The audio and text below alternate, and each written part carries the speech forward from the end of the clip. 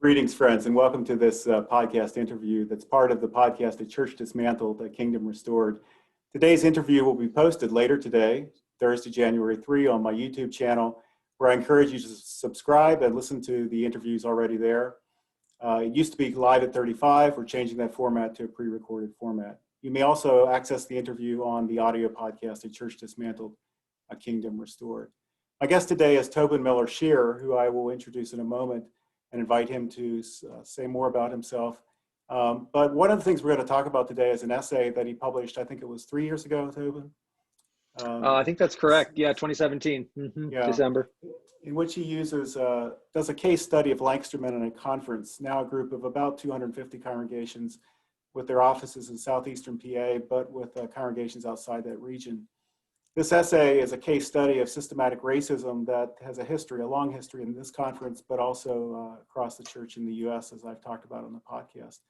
Tobin has also recently authored a new book that's just come out on social movements, radical protests, and just told me he's working on an additional piece that will come out in November. So welcome, Tobin. Thank you for being with us, and feel free to introduce yourself and a bit about who you are. Sure. Yeah, thanks, Conrad. It's a delight to be with you here today. So who I am, Tobin Miller Shearer. We currently live in the Mountain West in Missoula, Montana, where my day job is a history professor, and I also, for the last 13 years, have directed the African American Studies program, the country's third oldest, actually, through a variety of historical accidents and exigencies. I also, in the last year, have stepped into a role as executive director of a new nonprofit called Wider Stand Consulting. It came out as a result of the aftermath of George Floyd's murder, when my inbox blew up with requests for consulting and speaking, and my wife and I did not feel good about benefiting financially from that. So we started a nonprofit to channel those funds into it. We now have a team of about 15 people from across the country who do anti-racism training, consulting, and auditing. And we reinvest about 50% of our net income into other racial justice groups. So that's been a really satisfying thing done in the last year. We're led by a majority BIPOC, majority female board who guides our work, and it's been nothing but a fulfilling process. We've done a lot of work within the religious community in that regard. I have a background of doing anti-racism work within the Mennonite Church, did that for about 15 years alongside my co-collaborator and co-author, Dr. Regina Shands Stoltzfus, who's now based out of Goshen College. And that's your reference earlier. She and I have a new book coming out from Herald Press, Been in the Struggle, Pursuing an Anti-Racism Spirituality, which we've begun describing as part memoir, part theological reflection, and also some practical observations from our work together across those 3 decades. So yeah, that's who I am. Thank you, Tobin. Sorry I jumped in there on you. What was the impetus of this book that you just described with Regina? It came out of request from Menno Media's Herald Press. The executive editor there, Amy Gingrich, approached us about whether we'd be interested in writing a book together. And we immediately were drawn to this idea of an anti-racist spirituality. It's been a growing area for both of us as we've sort of brought our life experience and our religious commitments to come to bear in our present historical moment. And it's been a really fruitful collaboration. It's the most collaborative writing project I've ever been a part of. We've actually been able to write the entire manuscript since last December. So that's, I think, a testimony to the work we've done together and God's faithfulness in guiding us through that process. I mentioned earlier, tomorrow morning we'll be sending off the revised manuscript with some great edits from our acquisitions editor, and it should be out in early November. Well, congratulations on all of these projects, sure, Tobin, because they're so timely. Before we jump into the Lancaster Conference study, can you speak more broadly to this question of how you think this kind of spirituality should inform, could inform, may inform followers of Jesus? I mean, because certainly one of the things I face as a pastor and many of my colleagues is this resistance in local congregations to addressing these issues of racial injustice. And I have been pretty vocal in the last year about that, and know what it's like to face some resistance. And so what kind of spirituality is this that would bring one to the place where one says, look, we've got to address racism? Yep.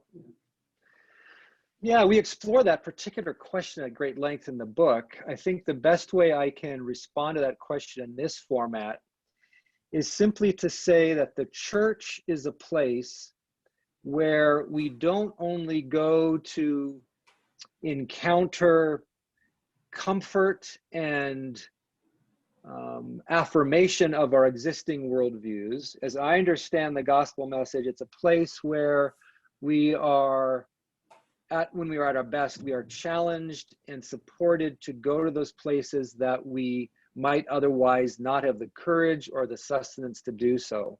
Much of the history of the white Christian church in particular has taught us to ignore issues of race as if that will make things better. It's also taught us to think about the problem of race and racism as an interpersonal phenomenon that's only a function of how can we get along? Do we say bad words or not? Do we have friends that cross the color line?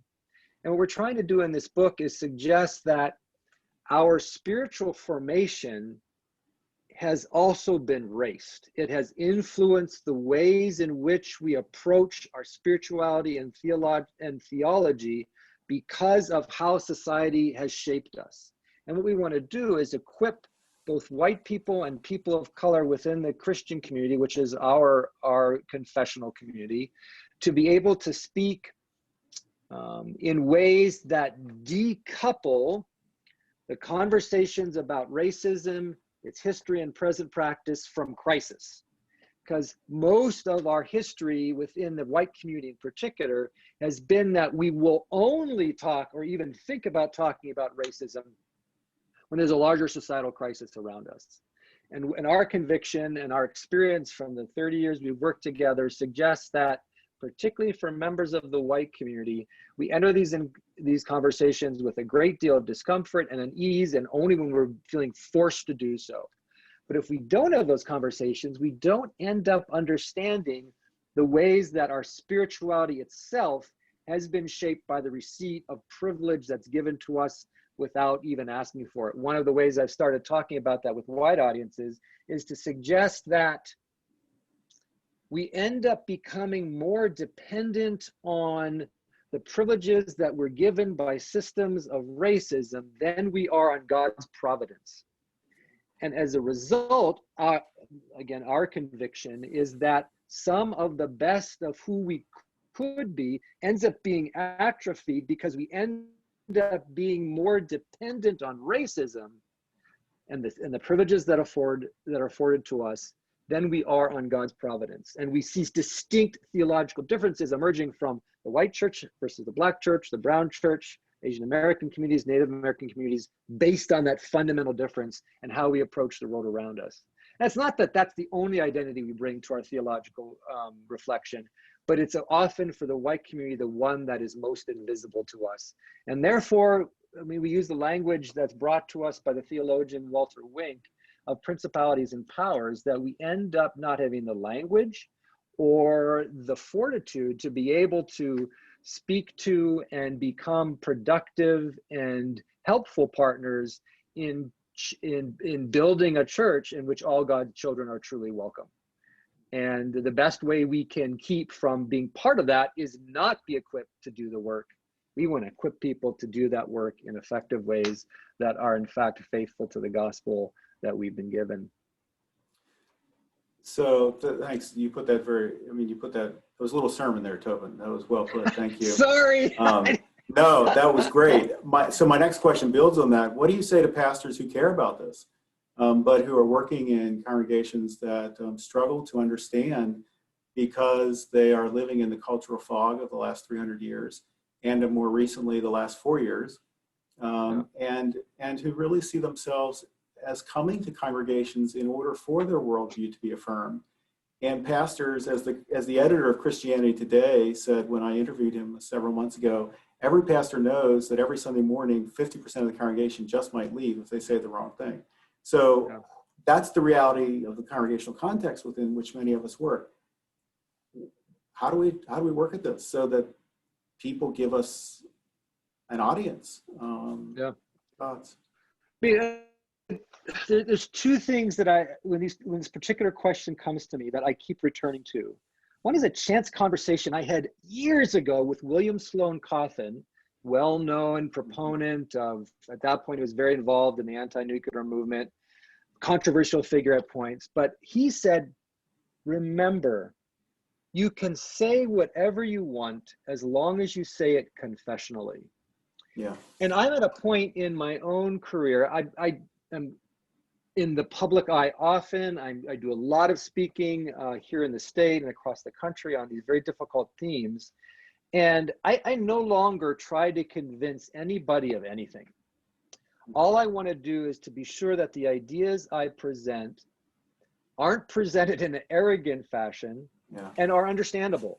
And they will the ideas will do their own work or they won't. It's not going to turn on how effective I am in the end in convincing people about that. So that's the one sort of thing. I'm not concerned about convincing people. I want to be a faithful witness to my own experience and the calling that's put in front of me. That's, I think, the one answer. And the other is that I turn time and time again to story. The Gospels are themselves a narrative that invite us to orient our lives in a new direction. And as much as I can reflect stories about the people that I study, those that have challenged me, and bring them to the conversation, it's been surprising how I've been able to have conversations that I might previously have thought to be impossible. I often refer to a very angry white man who was in one of my public talks, tried to interrupt what was going on. And I just stopped and had a conversation with him. And this was a non-religious setting, but I think the point still obtains of what were the common values that he valued in our national project. We talked about democracy. We talked about the values of the republic. And suddenly there's a whole new conversation. His antagonism drops. We're able to open a space of shared values. That's what I look for in the religious community as well. What are those shared values we hold? I think the image we find in Revelation 7:9 of the New Jerusalem, where all God's children are present and are worshiping and working together, is an image we can share in common. I want people to consider, how can we get there in ways that have sophistication, that have nuance, and aren't just reflecting the fog that you've talked about. It's long-term work. My colleague, Dr. Stoltzfus, says we're probably not going to see that image in any fully realized way in our lifetimes, but we can begin to reflect it. There's this saying from the Mondrian community in Spain, I believe, that we make our way by walking. We will build the kingdom as we are in the midst of walking towards it. And I think that's a value that we try to reflect. We want to model what we're doing, even as we're talking about what we're doing. That's really helpful. And I'm having too much fun with you here to actually get to where we need to get. But I love the idea of using stories, because I'm a Wheaton College grad, which often isn't known for its founder. Was kicked out of Andover Theological Seminary because of his anti-slavery views, Charles Blanchard. He's assigned a preaching assignment in southeastern Pennsylvania, gets stoned in the 1840s or so in Harrisburg, Pennsylvania, for his views on anti-slavery, and then ends up starting Wheaton College, allows Black students from the very beginning in 1860, and allows them to live at his home. So I'd like to make the point that there was a day when evangelicals cared deeply, and many still do, but many have forgotten that day, about these issues and saw this as the gospel, that this was not separate from the gospel. This was really part and parcel of the gospel. And I hear you saying that as well. Oh, particularly in the immediate aftermath of the Second Great Awakening, that was the order of the day. And the itinerant Methodist preachers that were going out, spreading that, being part of that movement, were expressively abolitionist. It's only when the community pushed back against that they began to withdraw. Again, the crisis, we need to decouple that so that Yeah. people are able to deal with this and the long-term nature that it requires. Oh yeah, absolutely. Yeah, it's interesting you mentioned the Great Awakening, because even with the rise of Pentecostalism, there was concern about this at the turn Yeah. of the century. And so Oh yeah. it's as if when the Spirit comes, there is this new awakening regarding these, and then we get sucked back into. It's like my friend Mike Schwartz, I refer to in my podcast as Mike the Bike Guy. He's a sociologist from Penn State with me, but he talks about this rubber band. It stretches for a while, but then it gets pulled right back into what was normative before. Yeah. I mean, and that does circle around to this article you referenced earlier, that the case study I did of Lancaster Conference and their engagement with race issues, basically from the end of the Civil War forward, but really I focused on the early 20th century forward. And it's true within Lancaster Conference, which we find true in the other institutions we work with, that back and forth will always just stay in this sort of perpetual cycle until we confront the past, understand how it shaped us to where we are today, and then do something in a different way than what that past has set us up to do. So the point I make in this Anabaptist Historians article is that if we look at that history of the points at which Lancaster Conference as a body, so the official work of that conference body, has engaged race and racism over time, both positively and negatively, it's clear that the institution itself, number one, only did so when they were required to by external forces. So think about the 1954 Brown versus Board of Education decision. Lancaster's a little bit slow, but by 1960, they dissolve the patterns of segregation that had been set up. This particular point of history I find so fascinating in the Mennonite community. 1936, Lancaster Conference, via its mission at Diamond Street in Philadelphia, makes the decision to segregate its vacation Bible schools by race. This is prior to the principle of segregation being put in place in 1940 by Virginia Conference. The North segregated its church ministries before the South did. So it just flies in the face of this history that the North has been more progressive on these issues than as the South. Not true, particularly when we look at the particular case of Lancaster Conference and Virginia Mennonite Conference in terms of when they set up those patterns of segregation.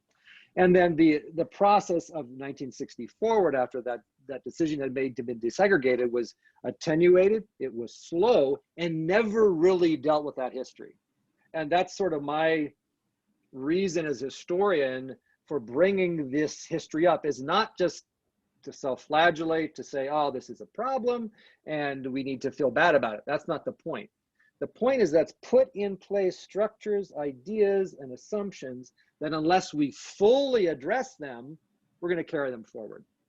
We're working with a large national denomination right now, or denominational agency right now, in the wider stand work we do to help them prepare themselves for an anti-racist future. And one of the big recommendations we're making is they have to really assess what they've received from the past in order to create the possibility of a new future. And that's why that history is so important. It's not simply to, beat ourselves up with that past. That's not the point at all, which sometimes we get accused of doing, but it's only when that's helpful for preparing the way forward that it really becomes effective. So how does a body like Lancaster Conference address its past? I mean, you mentioned a bit about that, but what's the counsel you give to religious institutions about doing that? Yeah.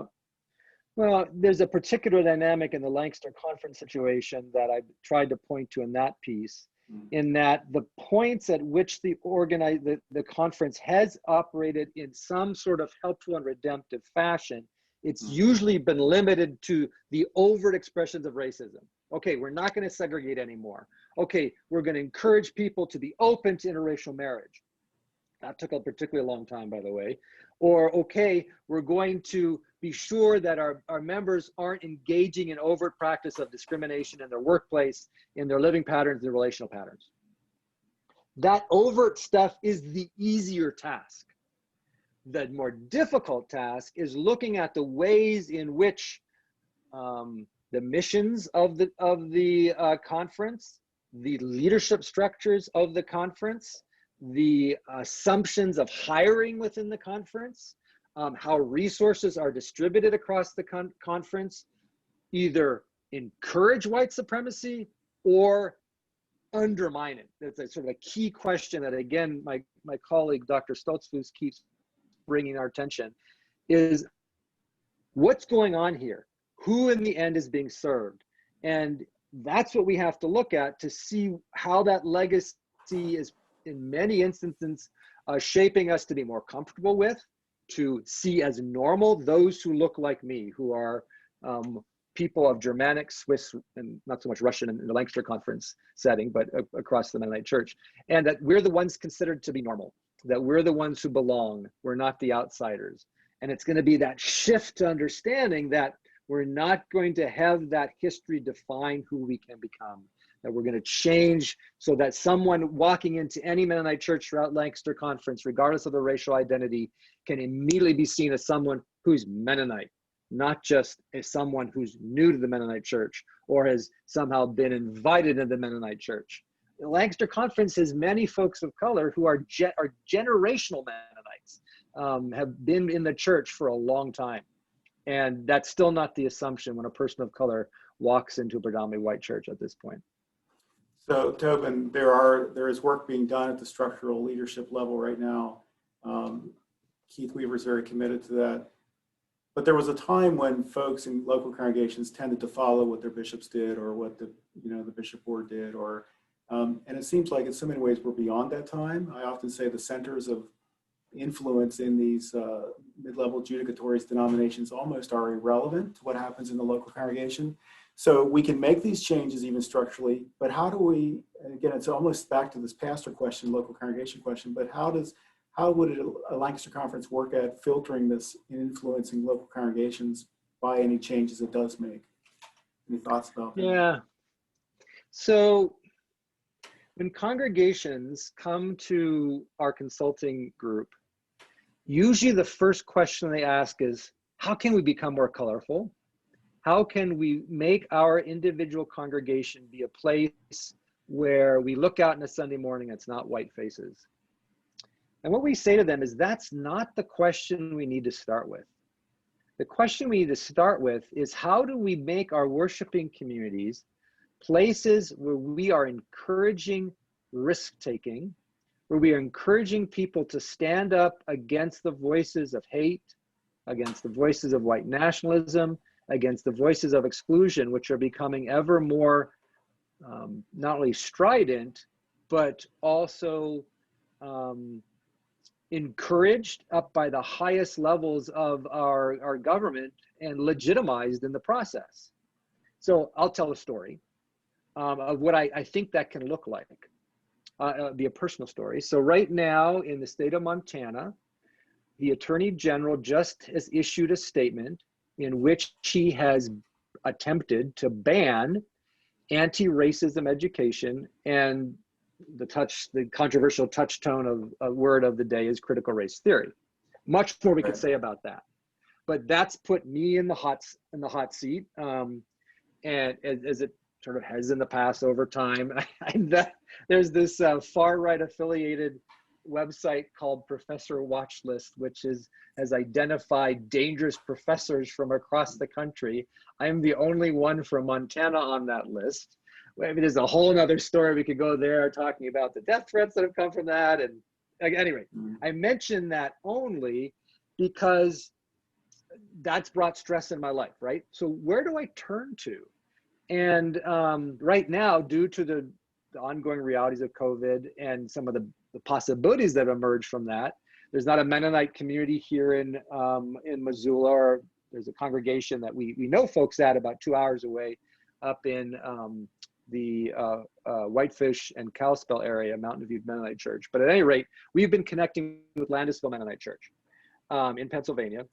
And in the Sunday school class last Sunday, I was able to bring to the Sunday school class there the question of whether I had responded in a way that had integrity as an Anabaptist when the press approached me about how I was going to respond to the Attorney General. And that became due to a lot of work that congregation has done, particularly in this Sunday school class. I've been worshiping with them and participate in their conversations for about a year now, where they could ask me very helpful questions, and they could also commit themselves to pray for me as I'm facing increasing scrutiny as in my workplace. That is, I think, the kind of place we want our worshiping communities to be. I was able to enter back into my work this week in a whole different way because I know that Sunday school has my back. Yeah. They're helping and supporting me to take risks that are challenging the racism of my context. That is, I think, the role we want to be preparing our churches to be right now. Yeah. I think we need to set aside the question, how can we become more multicultural? That's probably not going to happen. Yeah. And I could go into a whole history of why that's the case, contemporary realities. But can we think of our worshiping communities in which we're preparing our congregants not only to speak back against the racism, but any of the ways in which the principalities and powers around us are oppressing, alienating, and physically damaging our sisters and brothers. And that's just a small little slice from my own life that has been very powerful to me, to know that that worshiping community is holding me in prayer. And like I said, I'm able to orient myself in a way, a much, I think, more healthy and faithful way than if that was not happening. And that's been pretty important. Tobin, that's really powerful. When I interviewed Bishop Al Motley, who's now the assistant moderator, African-American bishop from Westchester, assistant moderator in Lancaster Conference, he talked about this as being spiritual warfare. And again, it's that principalities and powers piece that that I think is really hard often for white folks to get a handle on. And I've been teaching race and ethnic relations for about 25 years at Eton College. And so I'm with you in recognizing the real risks involved here, and the scars that if you address this issue, you're going to carry as a result of this. Our local police chief felt it was necessary to let me know before January 6th that there were folks around targeting churches, and he knew where I stood, and actually teaches with me at the college. So, this is not for the faint of heart in terms of addressing this seriously. Yeah, that's what my another training colleague of ours, Conrad Moore, says. This work is not for the faint of heart. But again, I think as Anabaptists in particular, this should not be a struggle that or a theological orientation that should be unfamiliar. I mean, I think we could spend a lot of time talking about some of the issues that sort of come with a martyr complex that some of us within this community have inherited. Now that could prove complicating, but the fact that our religious commitments would put us at odds with the prevailing standards and the warped nature that we're seeing in many of our national leaders at this point in terms of actually participating and supporting white nationalism. That should not be a surprise that we would be standing at odds with our society, that our faith would call us to do that. That's part of our history. Yeah, completely agreed with you. And I think part of the challenge is when within our own tradition, folks are at such different places in seeing that and understanding that. Tobin, anything else you'd like to share with us? This has been delightful to have you with us today, and your insights have been really helpful to me, and I'm sure to those who are listening. Well, I'm just grateful to have these kind of conversations and hope that the church will continue to have them wherever possible. It's been a privilege to be a part of helping to shape those over the years. Well, thank you for all the work you've done. Thank you for the price you paid, continue to pay.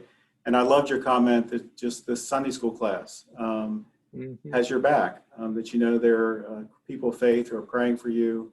That was well put. Thank you. God's blessing in your work, and thank you for joining me. Yeah, absolutely. Thank you, Conrad. And listeners, you can find this posted later today on my YouTube channel and also on Facebook and on the audio podcast, A Church Dismantled, A Kingdom Restored. Thanks for being with us. Thank you. Blessings to you, Tobin.